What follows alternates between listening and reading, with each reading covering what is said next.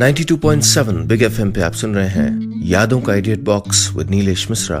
दोस्तों, आज की कहानी का नाम है फिर नई सुबह और इसको लिखा है कंचन पंत ने। सुबह से मैं तीसरी बार अपना बैग खोलकर फिर पैक कर रही थी। अब तक पस्त पड़ी माँ हरकत में आ गई थी। हर थोड़ी देर में कोई न कोई पैकेट लाके पकड़ा देती। इस बार माँ खुद नहीं बना पाई थी, लेकिन इधर उधर से मेरे लिए सारा सामान जुटा रखा था। आम का अचार, आंवले का मुरब्बा, भांग की चटनी, मुंगौड़े और बड़ियां, किस्म किस्म की दालें। कितनी बार कह चुकी थी माँ से कि अब बस करो, पर नहीं। खींच खींच के मैंने किसी तरह एक बैग की चेन लगाई, पर दूसरा बैग अभी भी बंद करना बाकी था। उधर किचन से बर्तनों की खटर पटर की आवाज आ रही थी। माँ शायद अब मेरे लिए बनाकर रखा मलाई का घी निकाल के ला रही थी। बचपन में मैं मलाई के घी के बिना रोटी नहीं खाती थी और मन्नू मलाई चीनी के बिना। डेयरी के पानी मिले दूध में से मलाई निकालना और दोनों के लिए बचा के रखने में माँ को नानी न सही मम्मी तो याद जरूर आ जाती होंगी। अनु, ये रख ले, थोड़ा सा घी बनाया था तेरे लिए। डिब्बा पॉलीथीन से अच्छी तरह बांध दिया, गिरेगा नहीं। माँ ने पॉलीथीन की 50 परतों के अंदर छुपा 1 किलो का डब्बा मेरी ओर बढ़ाया तो मुझसे कुछ कहा नहीं गया। पिछले 5 दिनों में पहली बार माँ पुरानी माँ जैसी लग रही थी। जैसे तैसे बैग बंद किया। यूं तो मुझे अगले दिन दिल्ली लौटना था, लेकिन बचपन से ही माँ ने यही सिखाया था कि कहीं भी जाना हो पैकिंग वक्त रहते कर लेनी चाहिए, तो अब यही आदत बन गई है। शाम के 6 बज रहे थे। पापा और मैं राजनीति से लेकर क्रिकेट और महंगाई से लेकर भ्रष्टाचार तक हर बात पे मंथन कर चुके थे। पापा तो इस मूड में थे कि कुर्सी पर बैठ के आज ही देश की सारी समस्याओं को हल कर देंगे, लेकिन मेरा ध्यान सिर्फ माँ पे था। इस बार माँ बहुत दुखी, बहुत उदास लग रही थी। माँ भी अपनी बुनाई लेकर हमारे बगल में बैठ गई। एक वक्त था जब स्वेटर बुनने का जुनून था माँ को। हर रोज कोई नया डिजाइन बनाने बैठ जाती थी। पापा और मन्नू को उनके शौक में कोई दिलचस्पी नहीं थी, लेकिन मैं कभी कभी उनकी तारीफ कर देती तो बस माँ को लगता कि उनकी तारीफ करने के अलावा मेरे पास कोई काम नहीं है। तो होता यह था कि कॉलेज से घर लौटने के बाद रोज मुझे माँ का बुनाई पुराण सुनना पड़ता था कि फला डिजाइन इस मैगजीन से सीखा है, फला डिजाइन उस धारावाहिक के एक्टर के स्वेटर को देख के बनाया है। कभी ये बताती कि इस बार तो उन्होंने सिर्फ 2 दिन में पूरा स्वेटर बुन दिया, और कभी ये कि पड़ोस की सरिता उनकी बुनाई देख के जलन के मारे मर गई, वगैरह वगैरह। माँ के इस महा टैलेंट का खामियाजा हमें उठाना पड़ता था। बाजार की दुकानों में टंगे फैशनेबल मशीन के बुने हुए स्वेटरों को हम सिर्फ हसरत भरी निगाहों से देख पाते थे। पहनने तो हमको बस माँ के हाथ से बुने स्वेटर ही होते थे। स्वेटर माँ आज भी बुन रही थी, लेकिन ना तो उनके हाथों में वो तेजी थी, ना ही उनकी आंखों में वो चमक। माँ हमारे साथ होकर भी हमारे साथ नहीं थी। आप सुन रहे हैं यादों का edit box with Nilesh Mishra, सिर्फ 92.7 बिग एफएम पे।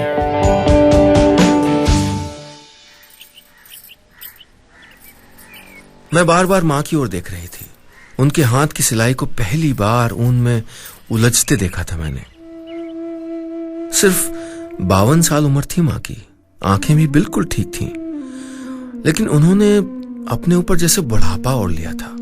माँ के हाथों की कंपकपाहट मुझको अपने सीने में महसूस हो रही थी। गलती मेरी और मन्नू की भी नहीं थी। कई बार कहा उनको कि मेरे साथ दिल्ली या मन्नू के साथ बैंगलोर चल के रहें। माँ पापा ने कोशिश भी की एक बार, लेकिन न दिल्ली में उनका मन लगा न बैंगलोर में। 2 महीने बाद ही दोनों याद शहर लौट आए। लेकिन जब मैं या मन्नू घर आते हैं तो दोनों जैसे जश्न मनाने पर उतारू हो जाते हैं। माँ अपनी पाक कला की पूरी दुकान खोल के रख देती हैं। कभी मालपुए बन रहे हैं तो कभी खीर, 2-3 सब्जियां, दाल, रायता और भी जाने क्या क्या। पापा इतने उतावले नहीं दिखते, लेकिन मुझे अपने आसपास रखने की वो पूरी कोशिश करते हैं। अन्नू, चल तुझे यादशेर की मार्केट दिखा लाता हूँ। अन्नू देख, ऑस्ट्रेलियन लिली के पौधे लगाए मैंने। अच्छा अन्नू, शतरंज की एक बाजी हो जाए। शतरंज की बाजी मुझसे हारने पर उनका चेहरा अब भी उतना ही खिल जाता है। पापा तो इस बार भी पहले ही की तरह थे, पर माँ इस बार ज्यादातर बिस्तर में ही पड़ी रही। पापा, माँ को क्या हुआ है? बहुत कमजोर हो गई हैं? मैंने पापा से पूछा। कुछ हुआ नहीं है, रिपोर्ट सब ठीक है, लेकिन आजकल पूरा दिन बिस्तर में पड़ी रहती हैं। मैं भी क्या करूं, कोई रोग ही नहीं है तो इलाज किस चीज का कराएं। पापा का कहना भी ठीक था, पर मां की तकलीफ भी बेवजह नहीं थी। पापा शिक्षा विभाग में बड़े अधिकारी थे, बेहद डिसिप्लिन्ड। रिटायरमेंट के बाद भी उनके पास करने के लिए बहुत काम थे, पर सामाजिक संस्थाओं से जुड़े हुए थे। उनसे मिलने जुलने वालों, उनका सम्मान करने वालों की कोई कमी नहीं थी, और इसके अलावा उनको बागबानी का भी शौक था। पर मां के पास ये सब नहीं था।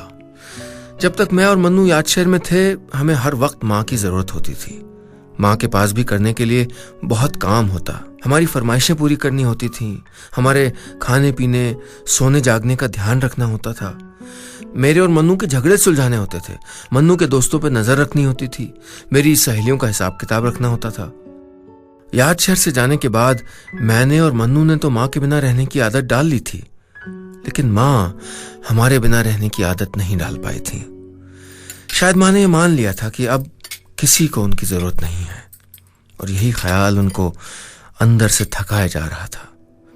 हर काम सही वक्त पर करने की आदी मां का अब कोई भी काम करने का कोई निर्धारित वक्त नहीं था। सुबह देर से उठने लगी थी, खाना कभी खाती कभी नहीं, दिन भर बस चाय पीती रहती या लेटी रहती। मैं समझ रही थी मां की हालत, लेकिन मां को कैसे बताती कि बच्चे पास हों या दूर, मां की जरूरत उनको हमेशा रहती है। बस मां को इस बात का एहसास दिलाना था मुझको, पर कैसे? आप सुन रहे हैं यादों का edit box with Nilesh Mishra, सिर्फ 92.7 बिग एफएम पे। मैंने बहुत सोचा, फिर याद आए मां से ही सीखे कुछ पुराने सबक।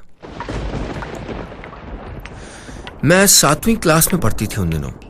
3 दिन से जिद्दी बच्चे की तरह बरस रहे बादल थोड़ा आराम के मूड में थे, लेकिन आसमान अब भी काली सफेद चादर से ढका था और कड़ाके की सर्दी हो रही थी।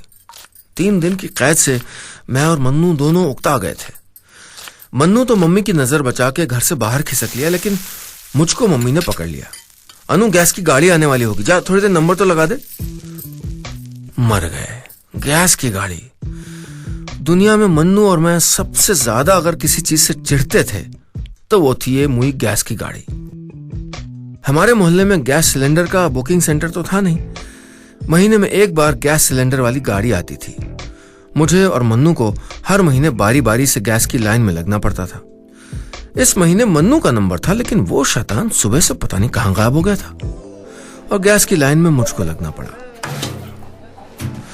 घंटों खड़े रहने के बाद कहीं जाके नंबर आया, लेकिन सिलेंडर वाले अंकल ने कह दिया कि सिलेंडर खत्म हो गए, जबकि ट्रक में अब भी न जाने कितने सिलेंडर भरे हुए रखे थे।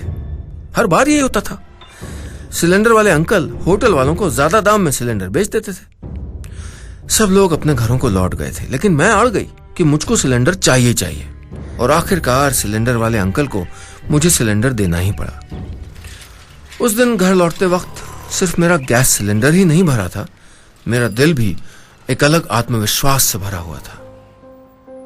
पापा को आम बच्चों की तरह हमारा इस नंबर में खड़ा होना कभी अच्छा नहीं लगता था। उस दिन भी मां से थोड़ा नाराज थे वो। प्रेमा, बच्चों को गैस की लाइन में क्यों खड़ा करती हो तुम? कितनी बार कहा है कि मैं दफ्तर से किसी चपरासी को भेज के गैस भरवा दूंगा, लेकिन तुम्हें तो सुनना ही नहीं है। जानती हूं जी, सिलेंडर चपरासी भी भरवा सकता है, लेकिन खुद कुछ हासिल करने की खुशी अलग होती है। आज अन्नू का चेहरा देखा था आपने? देखा होता तो समझ जाते, मां बोली। फिर भी पापा ने कुछ कहने की कोशिश की। फिर भी कुछ नहीं, बाहर के ऐसे ही छोटे मोटे काम करते रहेंगे दोनों तो उनका हौसला बढ़ेगा।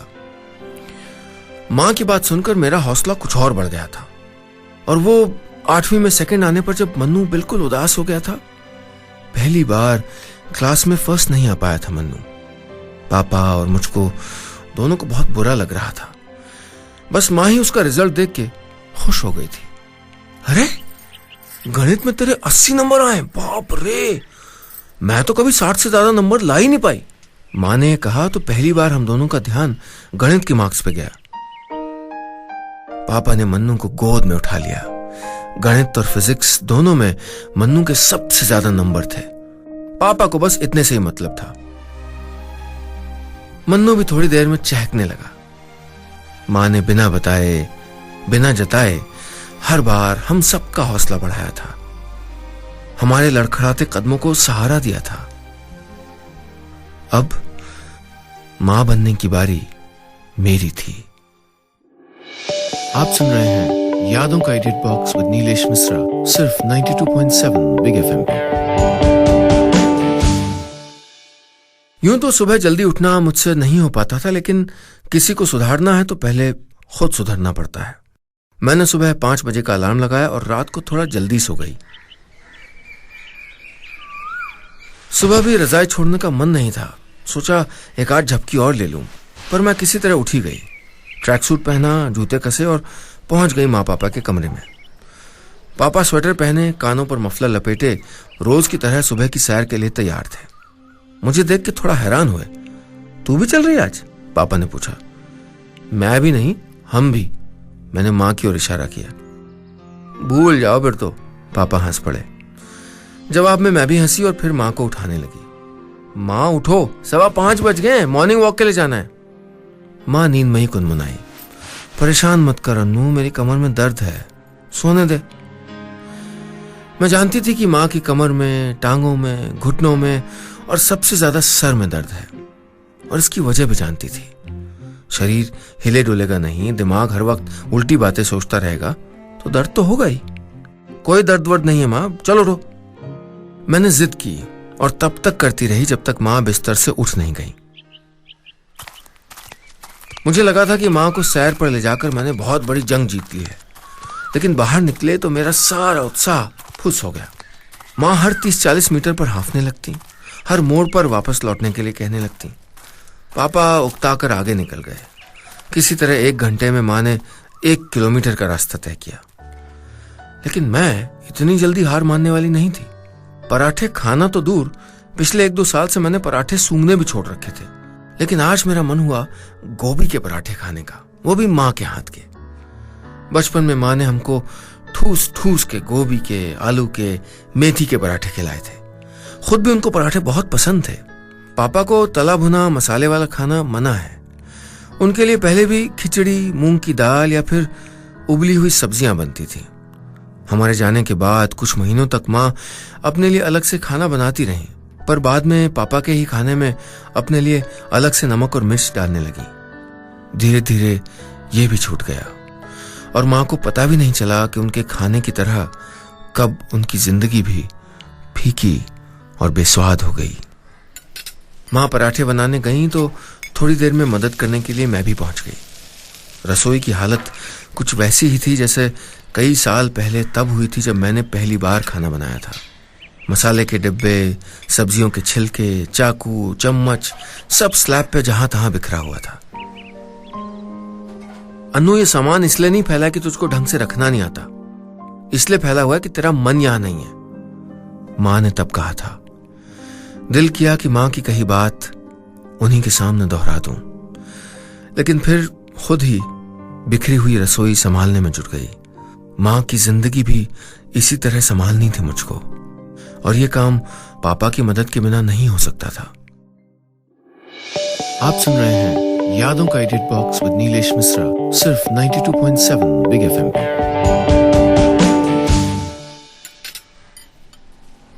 गरम गरम गोभी के पराठे, रायता और अचार। वाकई माँ ने बहुत स्वादिष्ट खाना बनाया था। पापा कॉर्नफ्लेक्स खा रहे थे। उनकी संस्था के नए प्रोजेक्ट के किस्से भी साथ साथ चल रहे थे। मैंने पापा को टोका। पापा, आपके प्रोजेक्ट की कहानी मैं फिर सुनूंगी, पहले आप ये पराठा चखिए। पापा ने हमारे देखते हुए पराठे या मसालेदार खाना कभी खाया नहीं था। डॉक्टर ने कहा था कि 1-2 महीने में कभी मुंह का स्वाद बदलने के लिए स्पाइसी खाना खा लेने में कोई हर्ज नहीं है, लेकिन पापा अनुशासन के सबसे बड़े पुजारी थे। उनकी जीभ कभी नहीं डोली। पर आज मेरे जिद करने पर पापा ने एक टुकड़ा मुंह में डाल ही लिया। वाह, ये तो बहुत स्वादिष्ट है, आधा पराठा और खाऊंगा, पापा ने कहा। मैंने कनखियों से माँ की ओर देखा। माँ की आंखों में हल्की सी चमक उभरी। मैंने कहा था ना पापा, मम्मी जैसा खाना दुनिया में कोई नहीं बना सकता। अब तो मानेंगे ना? मानेंगे क्या, पापा तो मान चुके थे। उस दिन दोपहर को माँ तन मन से खाना बनाने में जुटी थी। पकौड़े वाली कढ़ी, राजमा, रोटी, चावल। मेरा तीर सही निशाने पर लगा था। दिन में मुझको खाना परोसते हुए मां के चेहरे पर वही मुस्कुराहट थी जो बचपन में दिखाई देती थी। मां की तारीफ करने में इस बार भी मैंने कोई कसर नहीं छोड़ी, और तारीफ झूठी नहीं थी। खाने के बाद पापा गुलाब के पौधे की कटाई छटाई करने लगे। मैं भी उनके पीछे पीछे पहुंच गई। ये मुरझाए हुए फूल कितने बुरे लग रहे हैं ना, अब ये खराब हो जाएंगे क्या? मैंने पापा से पूछा। अरे नहीं, धूप की वजह से थोड़ा मुरझा गए हैं, शाम को पानी डालूंगा फिर से खिल जाएंगे। पापा अपने काम में डूबे हुए बोले। मां भी तो मुरझा रही हैं, आपको नहीं लगता कि उनको भी आपकी सी देखभाल की जरूरत है? मैंने मनी प्लांट की बेल अपनी उंगलियों पर धीरे से घुमाते हुए कहा। पापा मुझको देखते रहे, कुछ बोले नहीं, फिर सर झुकाकर खराब पत्तियों की छटाई में जुट गए। लेकिन उनके हाथ अब बार बार रुक रहे थे। पापा को सोच में डूबा छोड़कर मैं अंदर आ गई। शाम को पापा के साथ शतरंज की बाजी जमी। मां बैठक के कमरे में फूलदान ठीक कर रही थी। मेरी नजरें बराबर मां से चिपकी हुई थी। मां ने रैक पर रखी पापा, मां, मेरी और मन्नू की तस्वीर को उठाया और उस पर लगी धूल हाथ से हटाने लगी। पापा, मां आज कुछ ठीक लग रही है ना? मैंने पूछा। पापा चाल चलने के लिए घोड़ा हाथ में उठा चुके थे। मां मुझसे सिर्फ 2.5 घर की दूरी पर थी। मेरी बात सुनकर पापा ने मां की ओर देखा। घोड़ा अब भी उनके हाथ में था। मां साड़ी का पल्लू कमर में खोसे फर्श पर बिछे कालीन को झाड़ रही थी। मां पर नजरें टिकाए हुए ही पापा ने घोड़ा चेस बोर्ड पर रख दिया। 2.5 के बदले 1.5 घर चला था पापा का घोड़ा। लेकिन पापा थोड़ा तेज निकले। ओफो, तुम अकेले क्यों झाड़ रहे हो कालीन? फिर रात भर रोती रहोगी कि कमर में दर्द है। लाओ, मैं करता हूं। पापा करीब करीब दौड़ते हुए मां के पास पहुंचे। पापा को देखकर मां थोड़ा हैरान हुई, पर उनका चेहरा देख के इतना तो समझ में आ ही रहा था कि उन्हें पापा का इस तरह मदद करना अच्छा लगा था। मां पापा मिलकर कालीन की धूल झाड़ने लगे।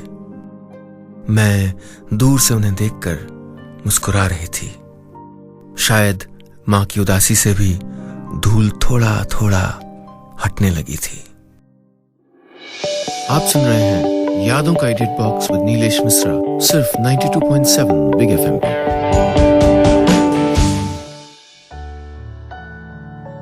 मेरी और पापा की कोशिशों से मां थोड़ा खिलने लगी थी, लेकिन मेरा काम अभी खत्म नहीं हुआ था। मुझे पता था कि मां के चेहरे की यह मुस्कुराहट, उनका बढ़ता आत्मविश्वास तभी कायम रह सकता है जब उनको खुद अपनी अहमियत का एहसास हो। अगले दिन दोपहर के खाने के बाद मैं घर में पड़े पुराने ऊन के गोले और सिलाइयां लेकर मां के पास पहुंच गई। मां, आपने मेरे लिए डायमंड के डिजाइन वाला स्वेटर बनाया था ना, वो पीले रंग का? वो डिजाइन मुझे भी सिखा दो ना। इस बार सर्दियों में मुझको अपने हाथ का बना स्वेटर पहनना है बस। यहां तो तुझे घर में बुना स्वेटर अच्छा नहीं लगता था, अब दिल्ली में पहनेगी बुना हुआ स्वेटर। मां को लगा कि मैं मजाक कर रही हूं। मां, आपको पता नहीं है आजकल दिल्ली में हाथ के बुने स्वेटरों का कितना फैशन है।